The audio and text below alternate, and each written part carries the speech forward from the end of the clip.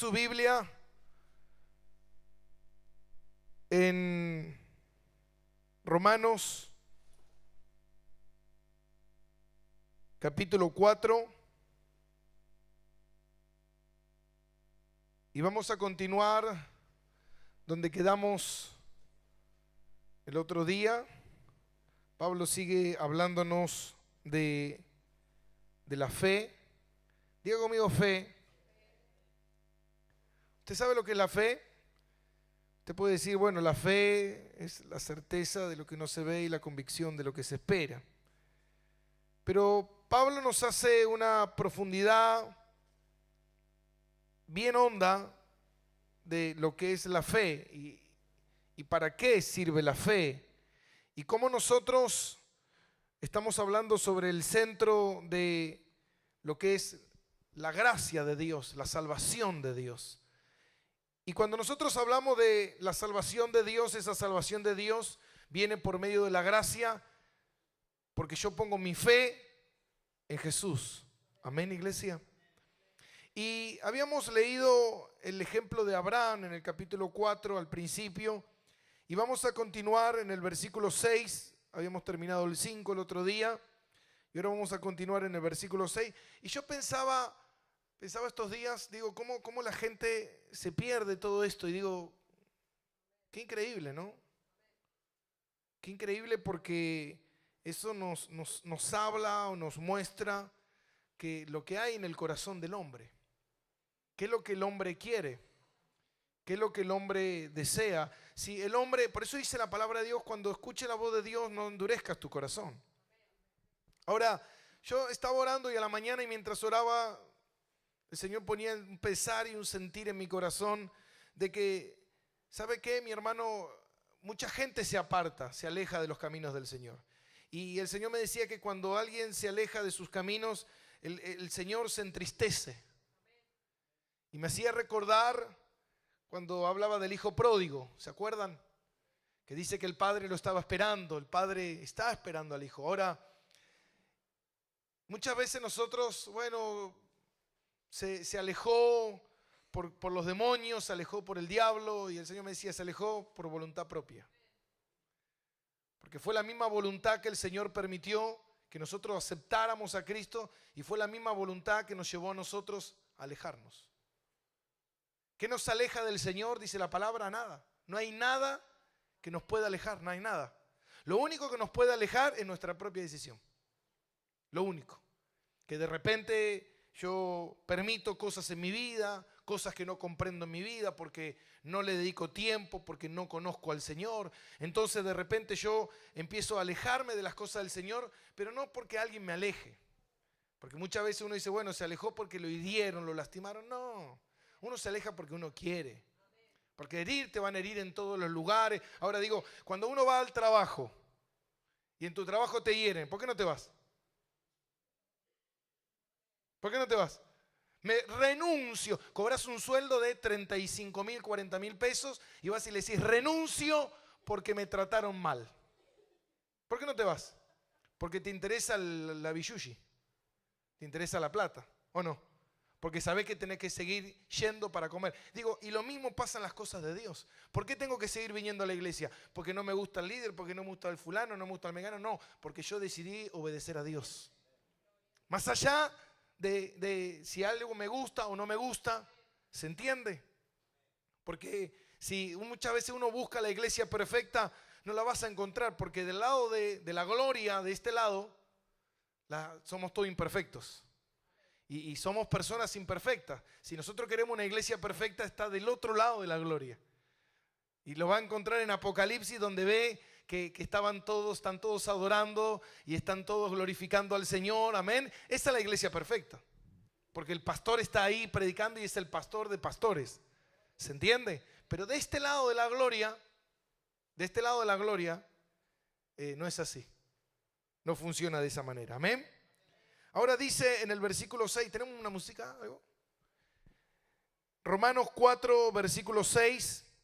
Como también David hablaba de la bienaventuranza del hombre a quien Dios atribuye justicia sin obra.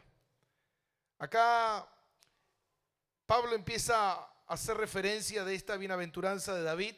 Ahora, como nos enseñó que Abraham fue justificado siendo un caldeo, siendo un hombre que no tenía un linaje real, pero Dios lo había llamado como Dios llama a cualquiera, amén. Dios a todos llama. Ahora, somos nosotros los que escogemos querer seguir al Señor, amén. Somos nosotros los que tomamos esa decisión. Ahora Pablo empieza a hablar de David y dice, como también David habla de la bienaventuranza del hombre, esta bienaventuranza significa la salvación.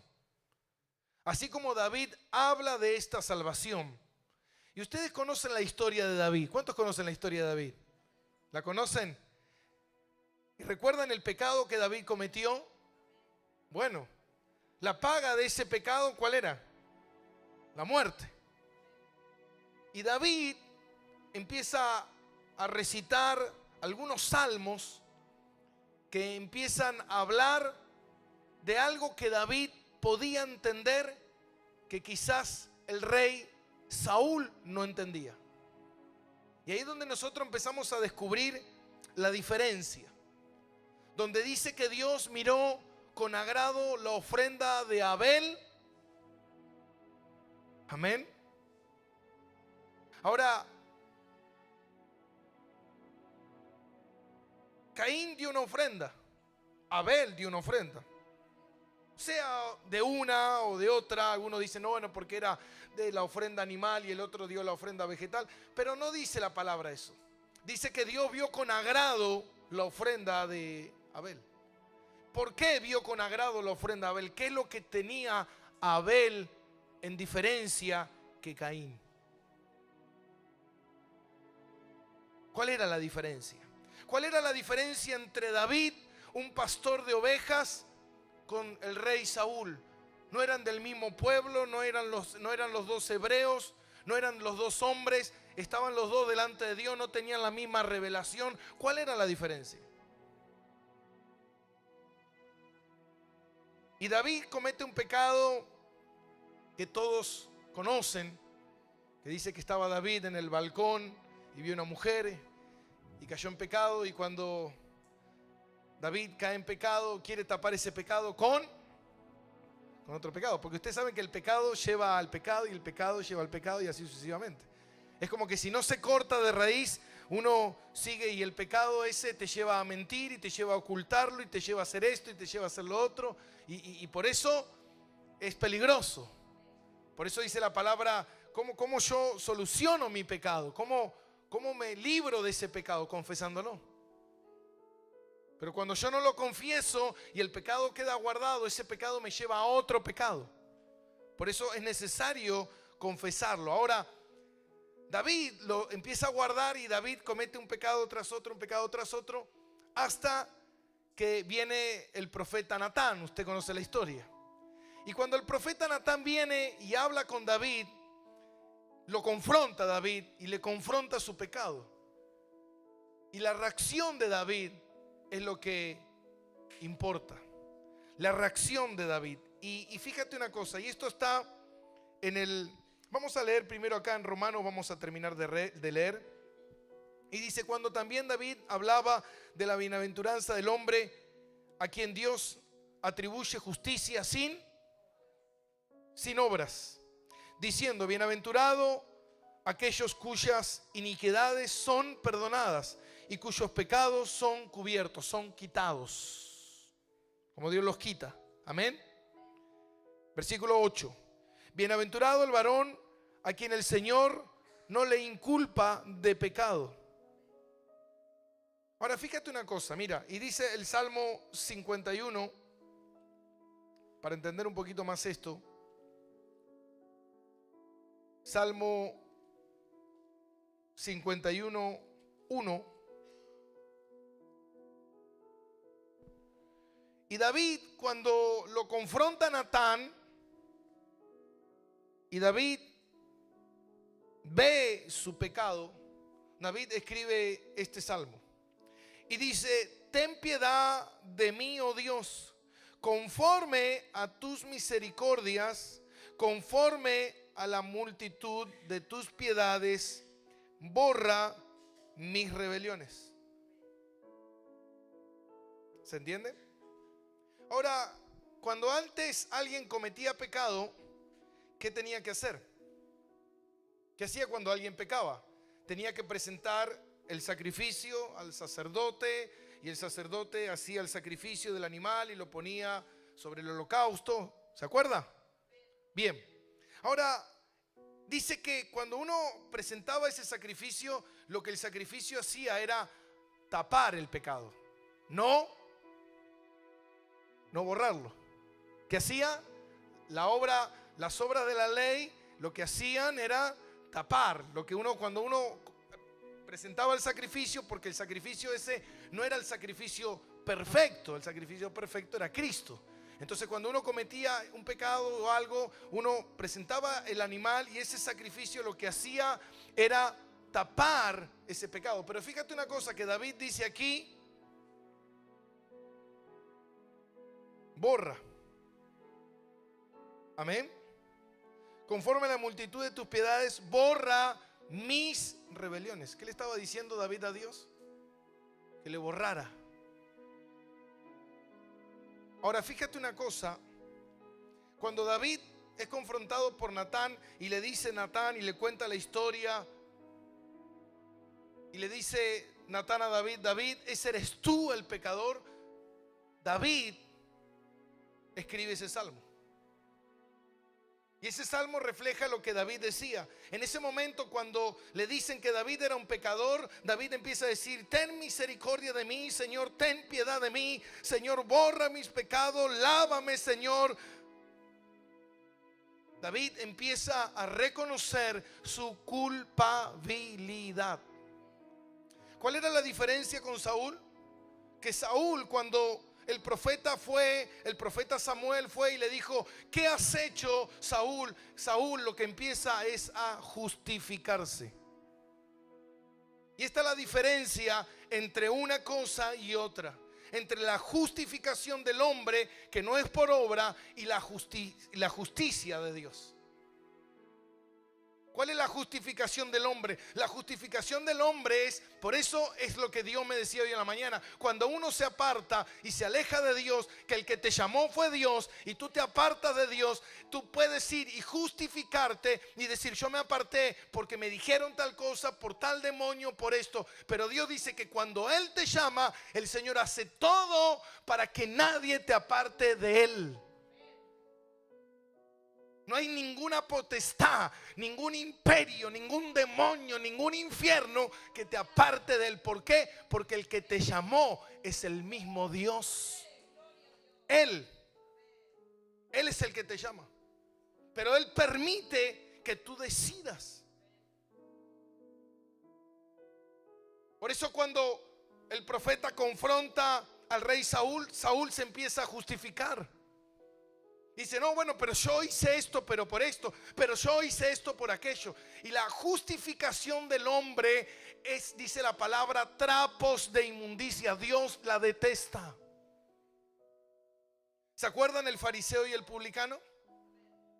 El fariseo decía: yo ayuno 2 veces por semana, doy mi diezmo, me congrego, no soy como este, soy bueno, soy esto, soy lo otro, lo merezco. En vez, el publicano golpeaba su pecho y decía: Señor, perdóname, soy culpable, lo reconozco, me equivoco, Señor, te necesito. Y dice: ¿quién descendió justificado a su casa?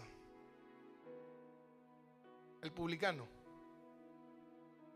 ¿Por qué? Porque el publicano miró la justicia de Dios, miró la gracia de Dios, miró la misericordia de Dios. En vez, el otro miraba y quería evaluar su vida. Y así está lleno de gente, lleno de cristianos así, lleno de cristianos que lo que más le cuesta es reconocer. Es reconocer.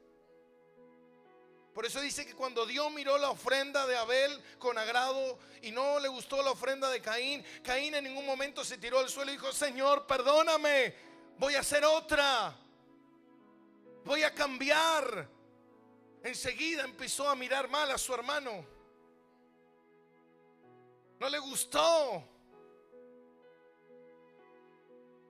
Qué increíble, ¿no? Y ahí vemos cómo David se lanza sobre esa gracia maravillosa. Y eso es lo que nos quiere decir la palabra. Volvamos a Romanos. Volvamos a Romanos.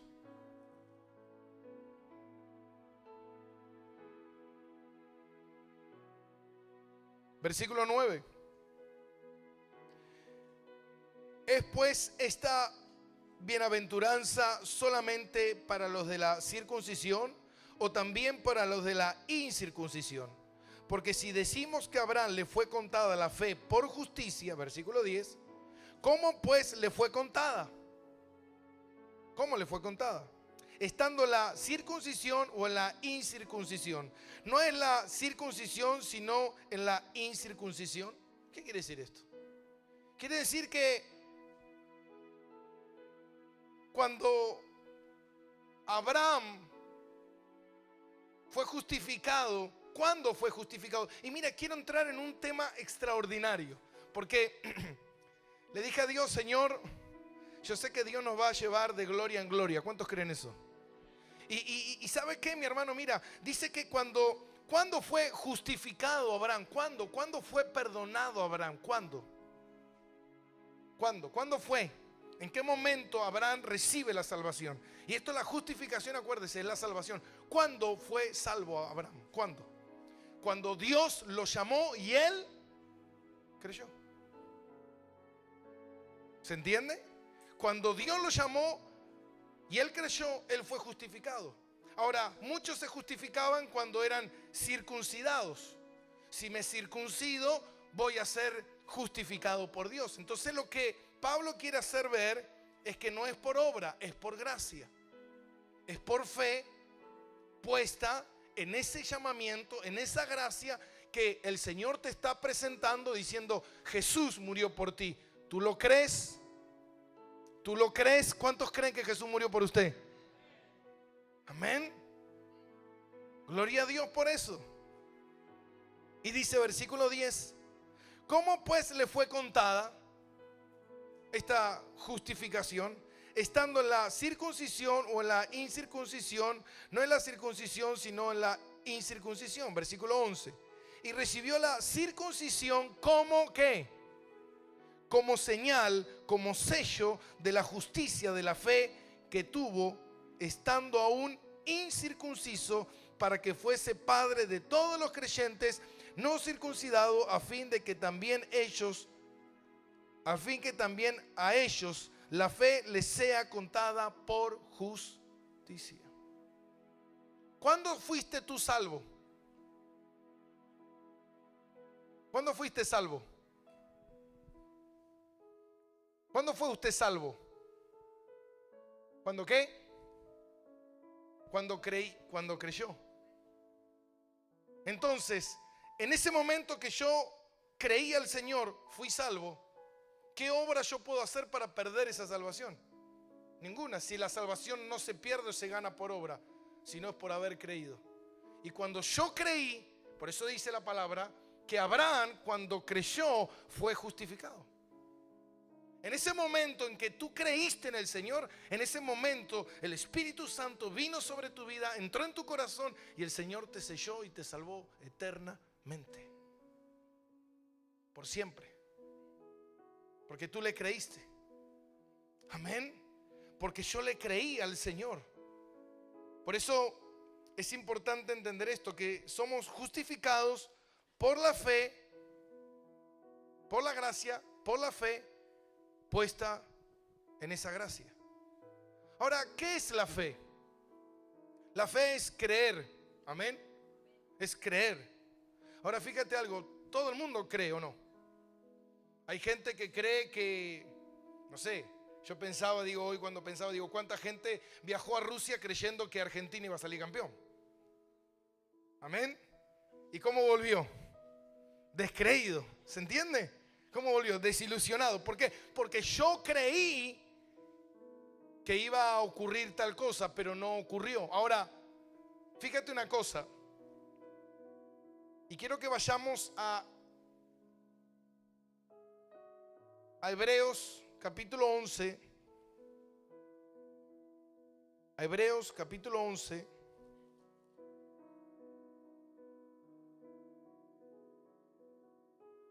Y dice la fe. ¿Qué dice? La fe. Ahora, Pablo dice que para ser salvo hay que poner la fe, que la fe es un regalo de Dios, un don de Dios. Ahora, ¿sabe que, mi hermano, hay muchos cristianos que son de poca fe, hay otros que tienen mucha fe, hay algunos cristianos que son muy carnales, otros no tanto? Pero la fe es necesaria y la fe, todos tenemos fe, todos. En un grado mayor o menor, todos tenemos fe, porque es necesario la fe. Ahora, ¿esa fe es para qué? Para creer en Él, para creer en su obra. Ahora fíjate que dice en Hebreos 11, dice la fe. Y dice, es pues la fe la certeza de lo que se espera y la convicción de lo que no se ve. Ahora dice, es pues la fe la certeza. ¿Sabe lo que es la certeza? Es la garantía. Certeza es garantía. Es pues la fe la garantía. ¿La garantía de qué? De que lo que Dios dice, Dios lo va a hacer. ¿Por qué? Porque Dios no puede mentir. Dios, diga conmigo, Dios no puede mentir. Dios no miente. Dios no es mentiroso. Hay gente que dice Dios no existe, Dios no miente. Cristo dijo que Él viene, Dios no miente. ¿Se entiende? Él no miente. Dice la palabra, acuérdese lo que habíamos leído. ¿Quiénes son los mentirosos? Nosotros. Amén. Por eso, escuche bien esto. Yo pensaba el otro día, el día miércoles tuvimos radio, y yo hablé sobre una mujer que se llamaba o se llama Rebecca Brown. Y Rebecca Brown fue una escritora norteamericana que escribió muchísimos libros sobre lo que es la guerra espiritual y un montón de cosas. Y es una mujer muy conocida en el ambiente cristiano, porque ella empezó a escribir desde los años 85, 86 más o menos. Y empezó a escribir y toda su literatura se recorrió el mundo entero. Muchos libros se vendieron en todas partes del mundo. Escribió unos 7, 8 libros. De la cautividad, rompiendo cadenas, hay un montón de libros. Y todo el mundo se aferró a esos libros, y como verás, esos libros. Pero después, cuando pasan los años y uno empieza, la ciencia y las cosas empiezan a salir a la luz y todo, como dice la palabra, que todo tiene su tiempo, empezaron a salir a la luz que la mujer no se llamaba Rebecca Brown, ya de por sí.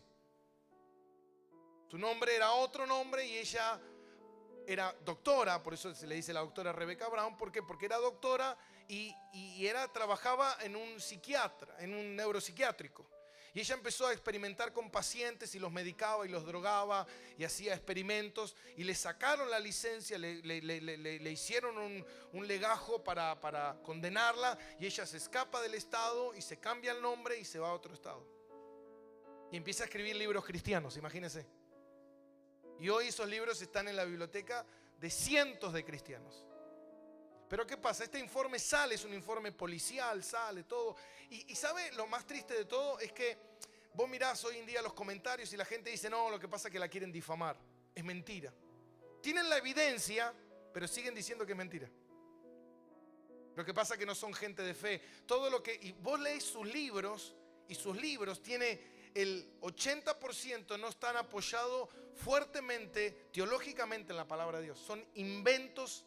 Y le hicieron un reportaje a la familia, y la familia misma sale a decir que es una maníaca, mentirosa, tremenda, es una mujer que quiere llamar la atención, es una mujer, y bueno, y su propia familia dice, nosotros estamos avergonzados. Ahora, pero vos escuchás al cristiano y el cristiano está aferrado a eso. Entonces lo que yo oraba y lo que a mí más me preocupa de todo esto es, ¿sabe qué, mi hermano? Que ¿quién es el que no miente? ¿Quién no miente? Cristo no miente. Dios no miente. Todos los hombres son ¿qué? Entonces, ¿usted puede confiar en mí? No, porque yo soy mentiroso, dice la palabra. No soy justo, porque no hay uno solo. Entonces yo veía a la gente y cómo defendían esto. Y esto es peligroso. ¿Por qué? Porque antes no existía esto tanto como ahora. ¿Por qué? Porque hoy vos ves a la gente, cómo la gente defiende a los hombres. Yo soy de Pablo, yo soy de Silas, yo soy de fulano, yo soy de Mengano. Mismo Pablo dijo, si alguien viene con otro evangelio que no sea este, y si yo mismo vengo con otro evangelio, no me recibas. Entonces, ¿qué quiere decir esto?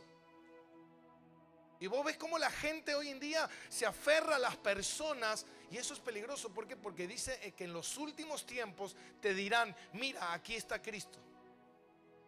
Ahora yo digo, ¿qué pasaría si esta mujer dice mañana, mira, acá está Cristo? Todos los que tienen su libro, ¿qué van a hacer? Van a ir, porque lo que ella dice es verdad. ¿Se entiende?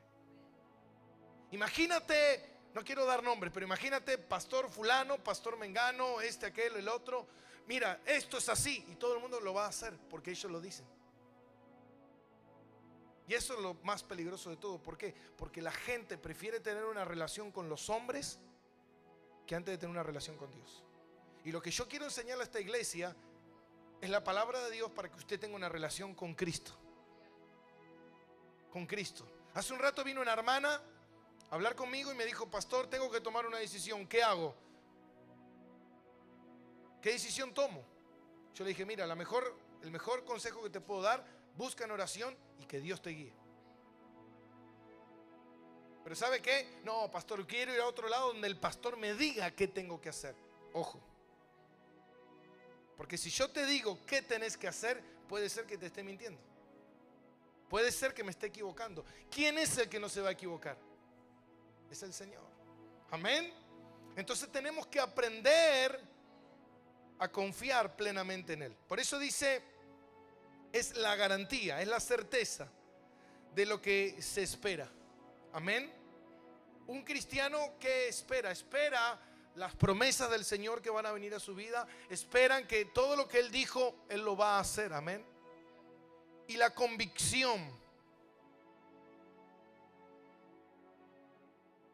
de lo que no se ve. Amén. La fe se ve o no se ve. Acá dice, porque es la convicción, y la convicción de lo que no se ve. ¿La fe se ve o no se ve? Levante la mano los que dicen que la fe se ve. Levante la mano los que dicen que la fe no se ve. ¿Está acá o no? Bien.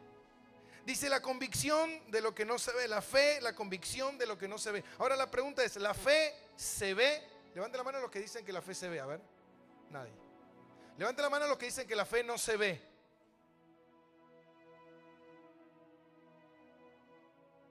Voy a bajar y preguntarle a cada uno de los que no levantaron la mano. Así que le voy a dar el micrófono. Les doy entonces esta oportunidad. Levante la mano los que dicen que la fe se ve. Bueno, entonces todo el resto dicen que la fe no se ve. ¿Está bien? A ver, levante la mano los que dicen que la fe no se ve. Bien, ahora está más decidido. Porque si no me está tomando el pelo. Le digo que contesto, usted no contesta, usted es un desobediente. ¿Se ve o no se ve la fe? No se ve la fe, se ve la fe. Lucas capítulo 5, versículo 20. Usted no tiene que tener vergüenza, usted tiene que aprender. Lucas 5, 20. ¿Se acuerdan los amigos que bajaron al paralítico? Versículo 20, ¿lo tiene? Y dice, y al ver él, ¿qué? ¿Qué vio? ¿Qué vio?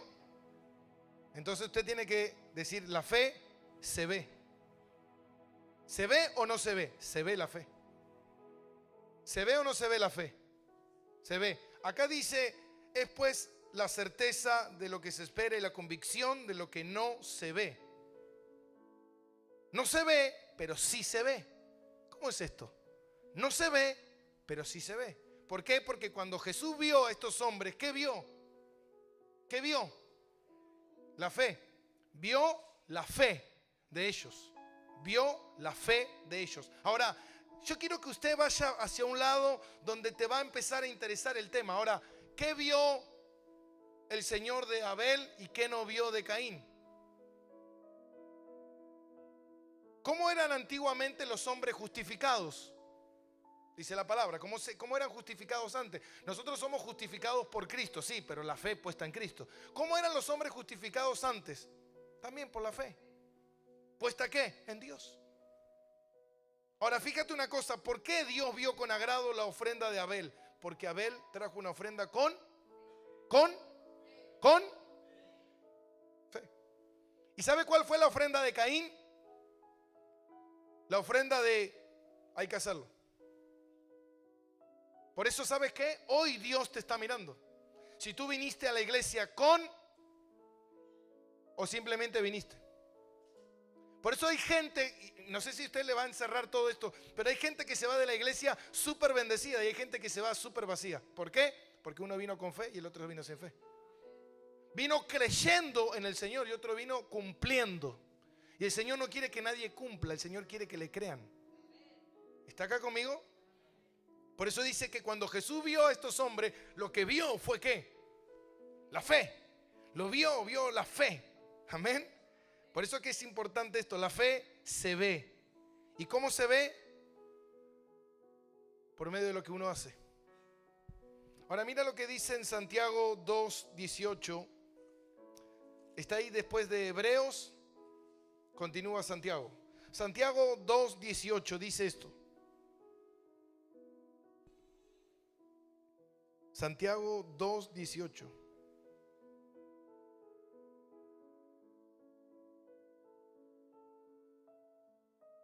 ¿Lo tiene? Pero alguno dirá, tú tienes fe y yo tengo obras. Muéstrame tu fe sin tus obras y yo te mostraré mi fe por mis obras. Versículo 19. Tú crees que Dios es uno, bien haces, también los demonios creen y tiemblan. Versículo 20. ¿Más quieres saber, hombre vano, que la fe sin obra está muerta? Versículo 21. ¿No fue justificado por la obra Abraham nuestro padre cuando ofreció a su hijo Isaac sobre el altar? ¿No ves que la fe actuó justamente con la obra y que la fe se perfecciona por las obras? Ahora, fíjate una cosa.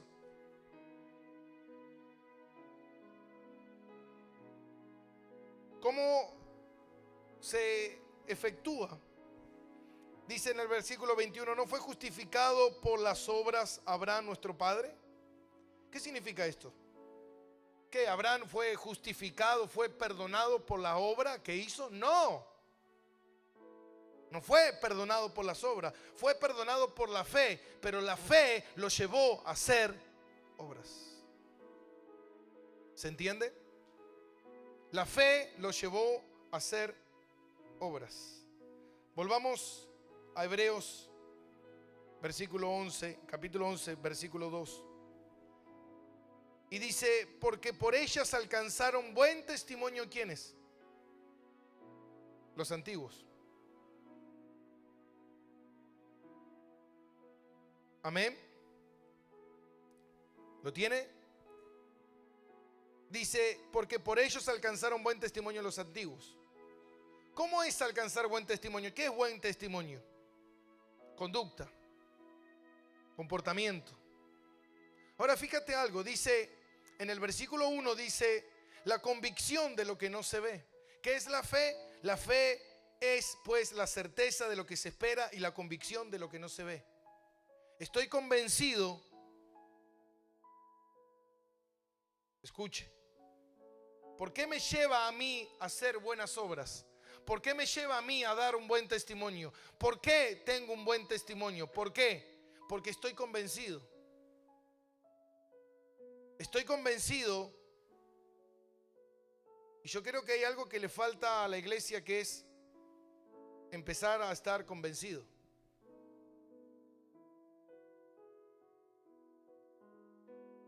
Hoy en día hay mucha gente que no está convencida. Y fíjate una cosa, ¿convencido de qué?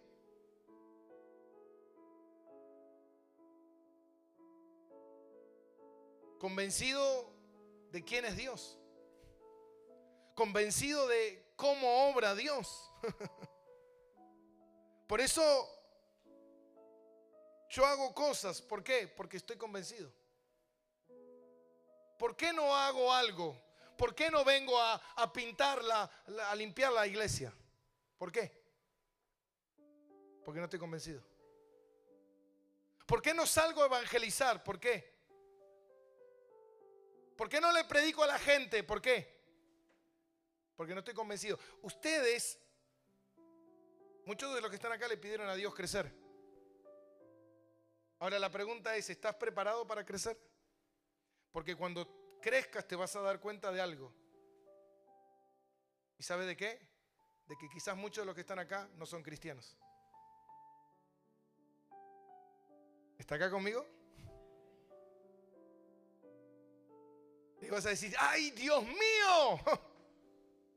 Pensé que tenía a Cristo y lo único que tenía era una religión, no una relación.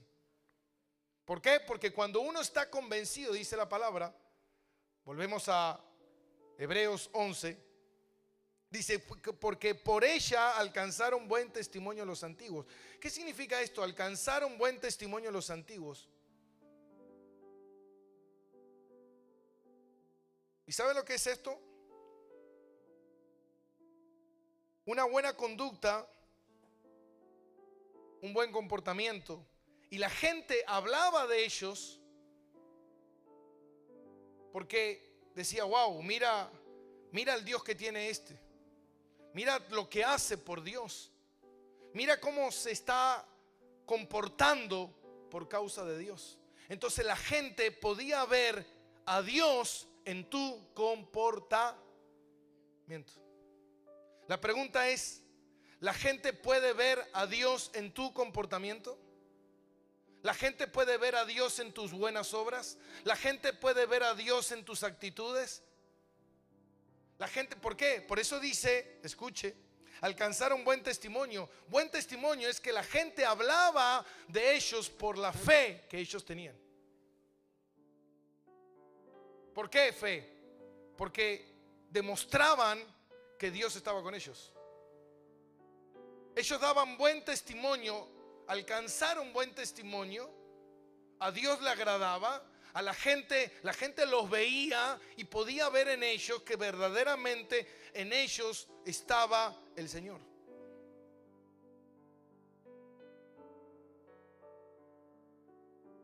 Estas personas no alcanzaron la salvación por las obras. Y usted va a leer todo el libro, todo el capítulo 11, y usted va a encontrar, por la fe Abel ofreció más excelente sacrificio. Escuche. Por la fe Noé fue traspasado. Por la fe Noé fue advertido. Por la fe Abraham. ¿Se entiende? Estos hombres hicieron, todo lo que hicieron fue por la fe. Porque ellos estaban convencidos de quién era Dios. Cuando ellos daban una ofrenda, la daban ¿cómo? Con fe. Cuando ellos servían con fe. Cuando ellos alababan a Dios con fe. Cuando ellos estaban aquí en la iglesia, estaban sabiendo que Dios por eso dice la palabra, lo peor que tú puedes hacer es cuando tú te acercas a Dios y crees que no hay Dios. ¿Por qué? Porque no lo crees. Porque no le abres tu corazón, porque tú no te derrites delante de tu presencia, de su presencia. ¿Por qué? Porque se puede ver. Amén. Porque no desnudas tu alma. Por eso Saúl quiso justificarse, y David, cuando le dijo tú eres un pecador, dijo sí, lo soy culpable de pecado, y se humilló delante de Dios, reconociendo que necesitaba a Dios. Hay gente que no necesita a Dios. Hay gente que lo que necesita es buenas obras. Hay gente que dice, bueno, si yo hago bien esto, listo. Mira, hermano, hay muchos, por eso muchos cuando venga Cristo se van a quedar. Porque ahí se les va a revelar. Por eso dice el Señor, cuando yo venga, hallaré fe. ¿Hallaré fe en tu vida? ¿Por qué? Porque sin fe es imposible agradar a Dios. Sin fe es imposible ser salvo. Ahora, la pregunta es, sí, yo creo que soy salvo. ¿Tienes fe en Él? Sí, tengo fe en Él. ¿Cuáles son tus obras?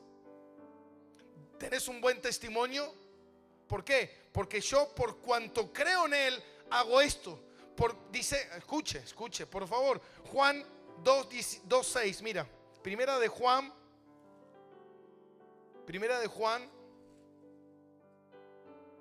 2:6 dice así.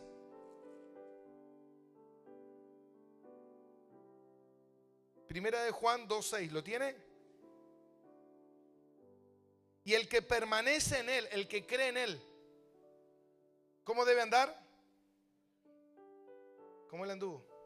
¿Por qué yo ando como Él anduvo? Porque creo en Él. ¿Por qué yo no ando como Él anda? Porque no creo. ¿Se entiende? ¿Se entiende, iglesia? Amén. Ahora fíjate una cosa. Volvamos a Hebreos. Versículo 3. Por la fe entendemos. Esto te va a partir la cabeza. La fe que te da entendimiento. Por la fe entendemos haber sido constituido el universo por la palabra de Dios, de modo que lo que no se ve fue hecho de lo que no se veía. De lo que se ve fue hecho de lo que no se veía. ¿Qué significa esto? ¿Qué significa esto? Significa que hay gente que, hermano, hay gente que no sabe cómo funcionan las cosas de Dios, no las entiende. Hay gente que tú le dices, mira, Cristo va a venir, ¿te parece? Yo no sé. ¿Sabe por qué no puede ver la venida de Cristo? Porque no tiene ¿qué? Fe. Porque sin fe es imposible. ¿Me entiende? ¿Cómo funciona? Entonces la gente busca la teoría de cómo funcionan las cosas.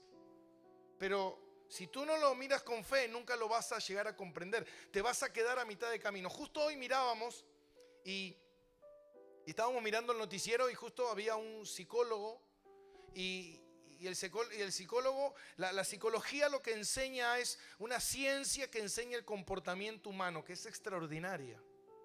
Es el estudio del comportamiento humano. Y entonces el hombre empezaba a explicar y te explicaba unas cosas fascinantes,